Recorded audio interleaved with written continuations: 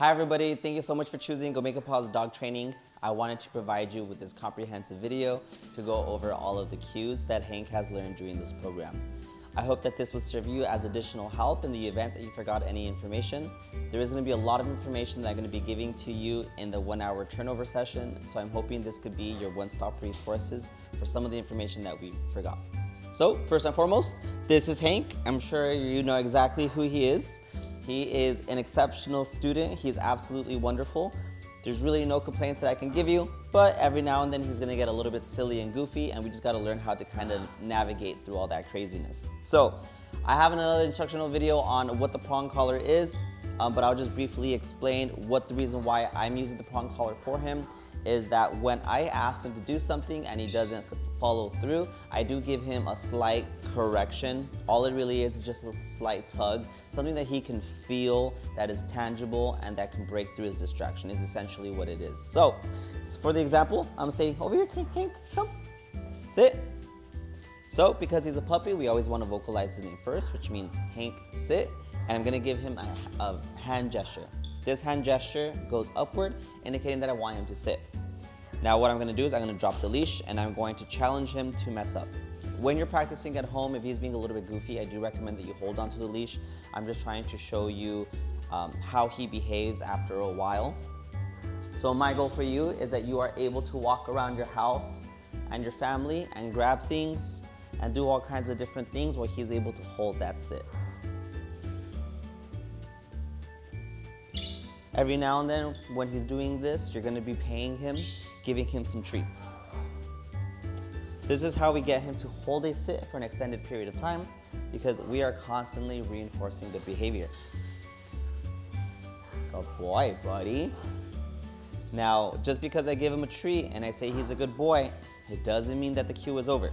The cue is only over when I give him the indication. I do apologize, I have a macaw that lives right there, so he might get a little crazy here and there. Good job, buddy.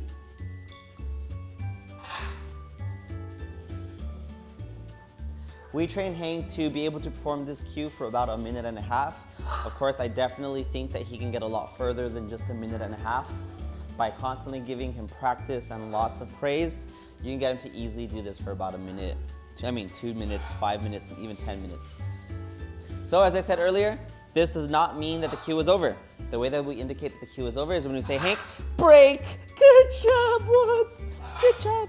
It's a good man. That's a good man. So one of those other cues that we teach is gonna be our break cue. Break is just a way for us to indicate that he is released. He's allowed to be a goofy, silly dog, which we all know he is, except he's not allowed to break any rules. So when he breaks rules, I give him a quick correction. Right there, he was getting into my treat pouch and he wasn't allowed to do that. He's not allowed to be rude, which means no chewing on my leash, no jumping on me, no scratching me, off. So there I gave him a bit of a correction, which introduces me to the next cue, which is off. That's our universal no. It's the way that we say to get him to get off anything, meaning it's jumping, getting on my treats, going through a door, we just say off. Hi, buddy. Can I fix your collar? Can I fix your collar, buds?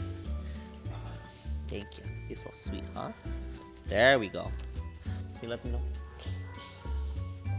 All right, buddy. Sit.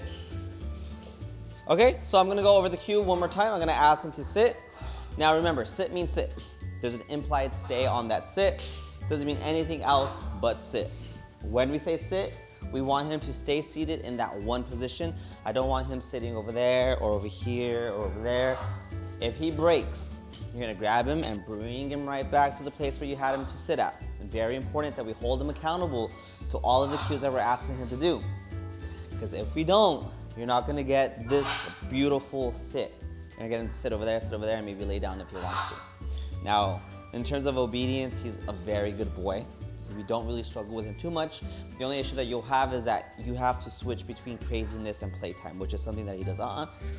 Sit. So, if he breaks and lays down, you want to be mindful of that because he is in the sit cue. Sit does not mean down, it means sit. So, because he's been holding it for a while, now I can ask him to down. Hank, down. Down. Down. So I said his name and I pointed downward. Now he didn't quite listen the first time, So you could push down on the tension of the leash to get him into that down cue. So same rule as before. Down means down. It doesn't mean lay over there, go on the couch, eat my food. It means lay down. So we hold him accountable. Down. Put a little bit of leash tension. And we just bring him right back to that down. Off. And he was chewing on that leash. I said off, and then he stopped immediately. So he doesn't understand what off means. So if you see him doing something he's not supposed to, you say off, and he doesn't stop. Not because he doesn't know, it's because he doesn't want to. Doesn't want to listen. Now here, because he's being a good boy, we're gonna pay him. Good job, buddy. That's like a man. Now, when we're talking to Hank, I'm not using it a whole lot here, but you'll hear me every now and then bring it up.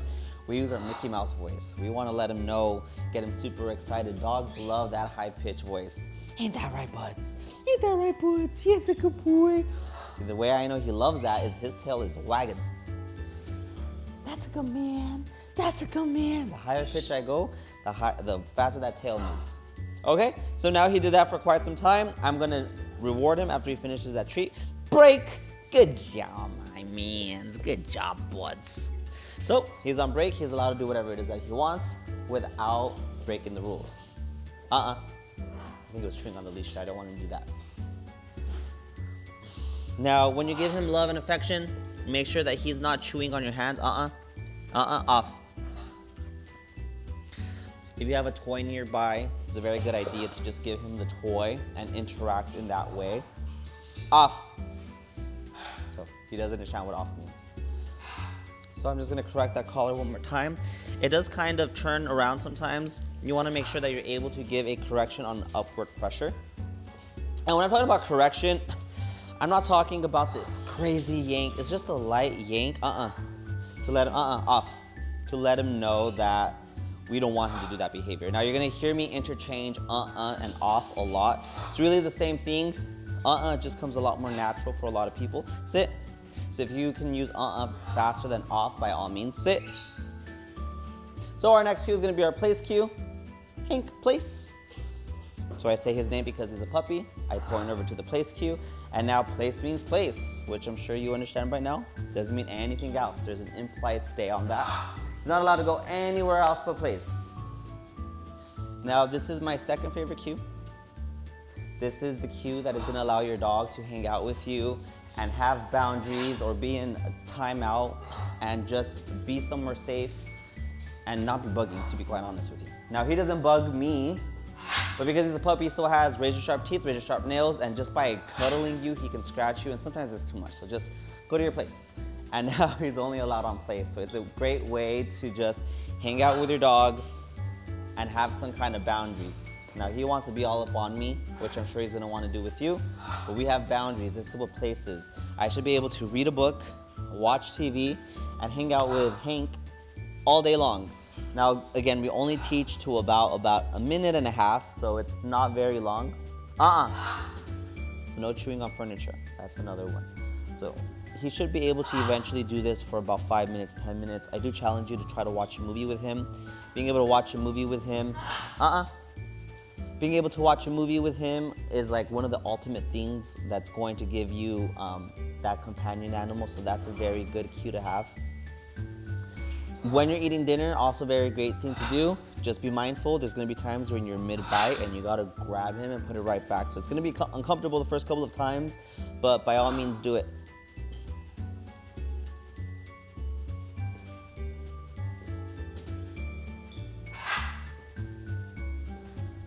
And again, we say break. Good job, Buds, good job. So the next one is gonna be the most important one. If anything is gonna be as important and to practice on a regular basis, on a routine basis, it's going to be the heel. Now, you hear this a lot, but heel is absolutely important. It means essentially walk with me.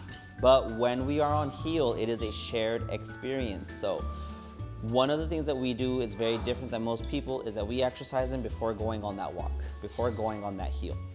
A lot of people take their dogs out to walk, to burn off energy, and the dog is absolutely crazy. So we do it the opposite. We burn him out, and then we go on the walk because, again, it's a shared experience. He's on break, so I'm gonna let him do that.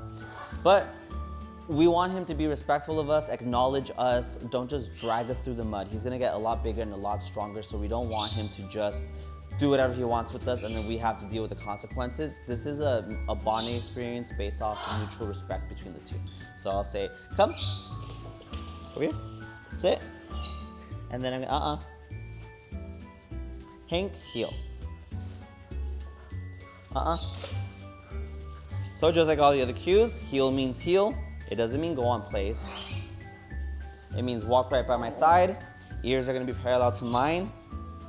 Feet are parallel with mine, and he's walking at my pace. So the moment he breaks out of that, I do give him a light correction. Nothing crazy, you just saw that I just slightly pulled on the leash. But he should be walking with me. Every now and then he'll vocalize, he gets a little frustrated because we walk a little slow versus his fast pace. But this is how we share an experience. This is how we go outside and enjoy the world together. We get to watch things together. We acknowledge each other. We respect each other. This is the way that the relationship should be. How the relationship looks on the walk is going to indicate how the relationship is at home. Does he acknowledge me? Does he respect me? Does he listen to me? If all of those things are checked off on the walk, where it's extremely chaotic and there's a whole lot of things going on, more than likely he's gonna be able to do it when there's nothing around inside of the house. So, another rule is that when I heel with him, when I stop, he has to stop heel. So it's called an automatic sit. Puppies are not very good at it. Just be mindful that when you stop, he should sit. Sit, sit. Good job. Now, one thing that's very important, no peeing, no pooping, no smelling grass, no walking ahead and no walking left. We don't want him to just do whatever it is that he wants. We work on heel because ultimately what we're trying to do is get good impulse control. No scratching either. So we don't want him doing all of those things because we do want him to be able to have impulse control. Now the heel, it isn't always gonna be perfect. We train up to 2 minutes, so you can heel, and then we say break. Now he's allowed to be a dog. If he wants to pee on the grass, he wants to poop or do whatever he wants, if he wants to walk you a little bit, he can do that. He's on break. There's nothing wrong with that. But there's a time and place to be a dog and a time and place to be in obedience, right? So he's gonna be a dog all day long, but during obedience, we're sharing something. We're sharing our time together, right? It's my time, but it's also his time, and we wanna make sure that it's respectful. He's not just doing whatever it is that he wants and just goes to whoever he wants, because ultimately it's a safety concern. We're not really about just controlling his every move, but what it is that if we teach him good impulse control, more than likely he's not gonna run off to that dog that might be mean to him. He's not gonna run through the door when there's a bunch of cars in the street. So that's why we teach this. It's not to be super controlling. It's to, have a good life with him and know that he's gonna be safe when it matters. One other thing is that a lot of people, and you're gonna catch yourself do this a lot, is you're gonna be walking with him and he wants to go smell the grass, and then we stop and we let him smell the grass.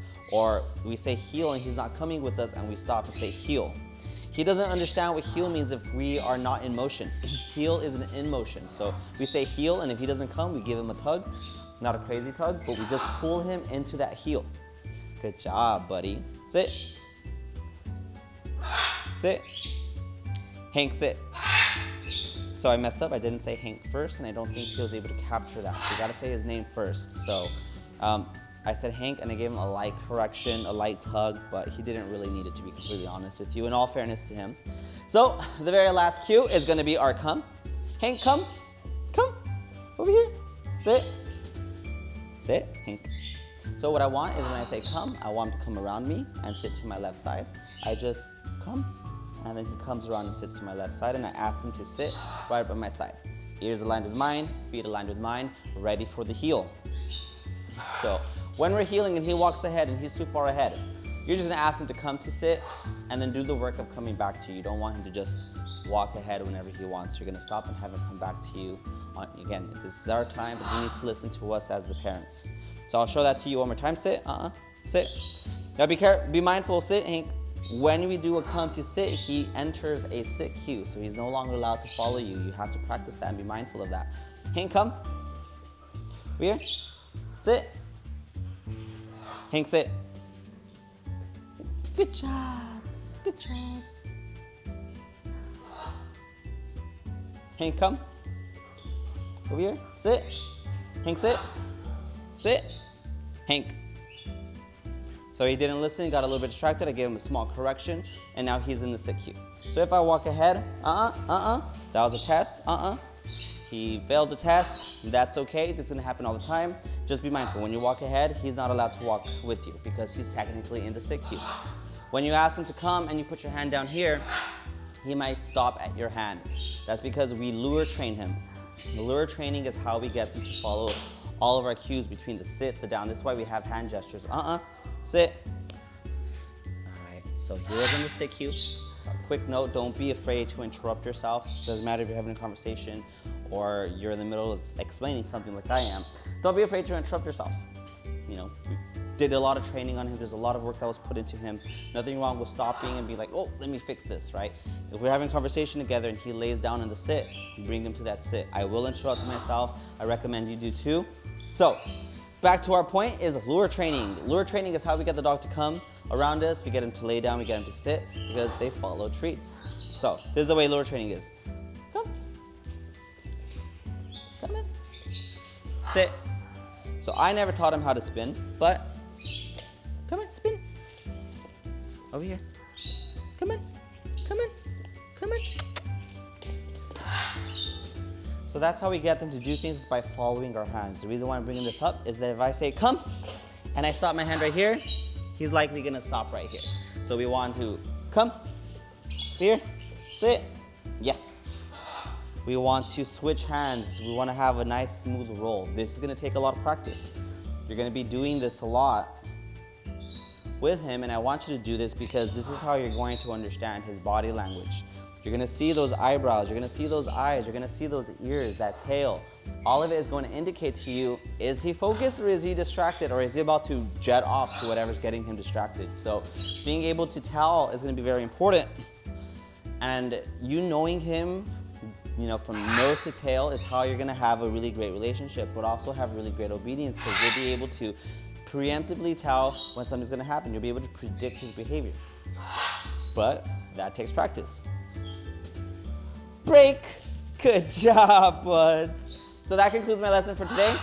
Again, if you have any questions or concerns, you can always give me a call. I'm hoping this was just a supplement and most of the information you were able to pick up in person, or if I missed anything in the lesson, you're able to pick it up here. Thank you so much for trusting me with Hank. I'll talk to you soon.